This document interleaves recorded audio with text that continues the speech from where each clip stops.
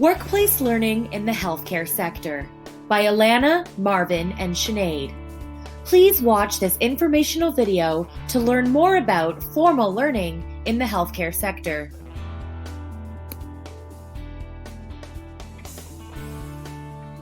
Let's dive in. In this video, we'll go over what is formal workplace learning? Why does the healthcare sector adapt a formal learning approach to workplace learning? What are the predominant learning theories that are utilized? What are some commonalities and differences between these theories? And what are some challenges and successes of formal learning in healthcare? Let's take a look at some analysis questions before we get started. Why is formal learning appropriate for a healthcare setting? What does the word experiential suggest? Can healthcare learners benefit from experiential learning didactics? What is formal workplace learning? Formal workplace learning is a type of learning that is controlled by the organization as opposed to the individual learner. There are set topics and objectives. Learners are assessed to see whether they have met the objectives of the learning. At the end of formal learning, successful participants will earn some kind of credential, such as a certificate, diploma, or degree. Simmons, 2018. Formal learning may be done in person or through online tools such as e-learning.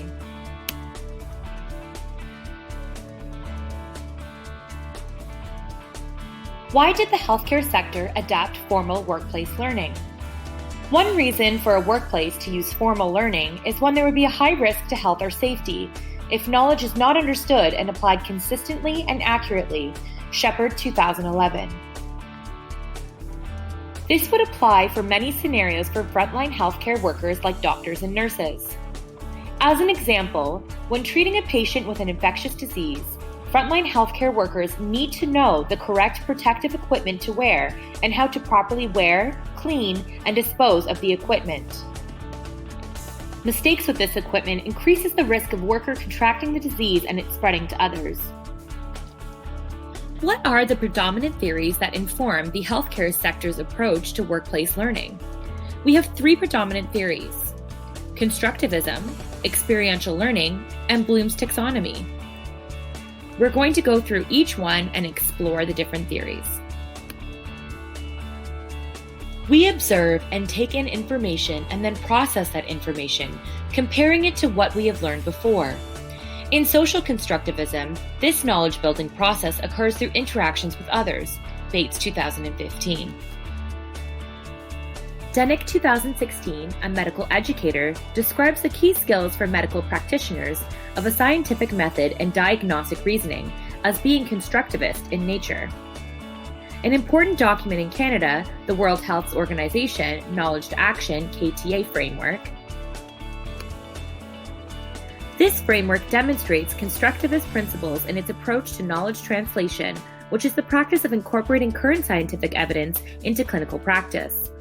Formal workplace learning can be used to ensure all frontline healthcare staff are informed of and can consider how to apply new and better techniques and treatment.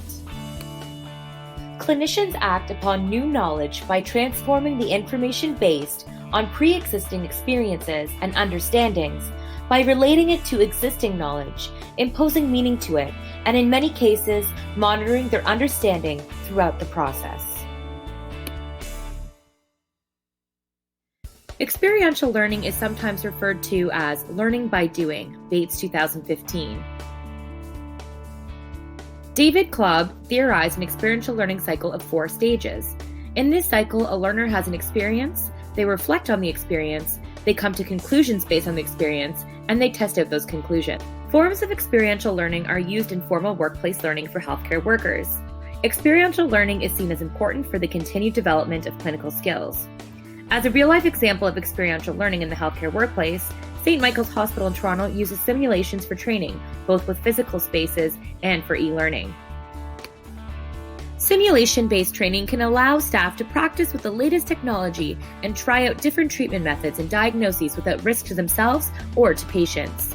Bamford and Colston proposed that for surgical e-learning, learners would retain more information with experiential learning compared to more passive learning methods like reading or listening. Bloom's taxonomy. Bloom's taxonomy falls under psychological theories of learning. This theory divides learning into three aspects or domains: thinking or cognitive, feeling or affective, and doing or psychomotor, Bates 2015. Well-designed training for healthcare professionals can involve the higher-level thinking skills in Bloom's taxonomy, allowing learners to not only memorize facts, but consider how and when knowledge can be applied in different circumstances. Healthcare workers are better able to apply knowledge to their regular clinical practice if they do more than simply try to memorize or understand facts. Commonalities and differences of these theories. The theories that we've discussed all incorporate the potential for a learner to go beyond simple memorization of facts to analyze and synthesize information. In constructivism, this happens as a comparison of new information to our own previous experiences to build new knowledge. In social constructivism, this building of knowledge happens through interactions with others. In experiential learning, this synthesis happens in the observation, conceptualization, and experimentation phases of the cycle. In Bloom's taxonomy, it is in the higher levels of the hierarchy.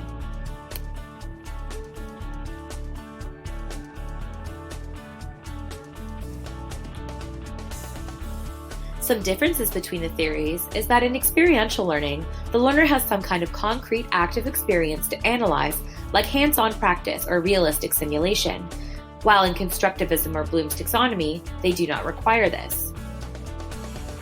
Social constructivism would require that learning happen through interactions with others, where experiential learning and the learning in Bloom's taxonomy can be a social activity, but in some cases can be done individually.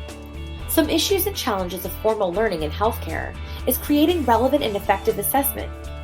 Effective assessment should be designed to be able to measure higher-level thinking in learners. It may be more time-consuming to design, to complete, and to mark. It also must be continually updated to reflect current practices in the field.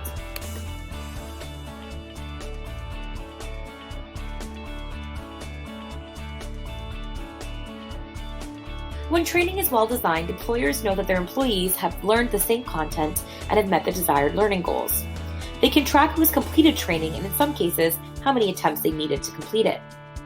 The consistent approach of formal learning can help ensure knowledge translation, where all employees are trained to use most current and effective practices in clinical care. Some large healthcare organizations, such as hospitals, use a learning management system for formal workplace learning. An LMS or e-learning platform is software including a range of services that assist teachers with the management of their courses. They can better track formal learning, allowing them to know when each employee has successfully completed training.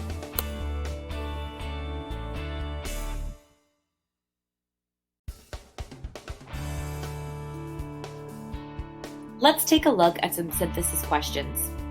What examples of experiential learning can students benefit from using in the healthcare setting?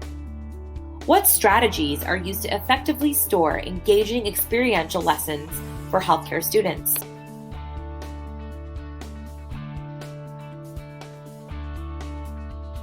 And lastly, what kinds of assessment could work best for measuring how well healthcare employees are synthesizing new information? How could this assessment be delivered within formal training?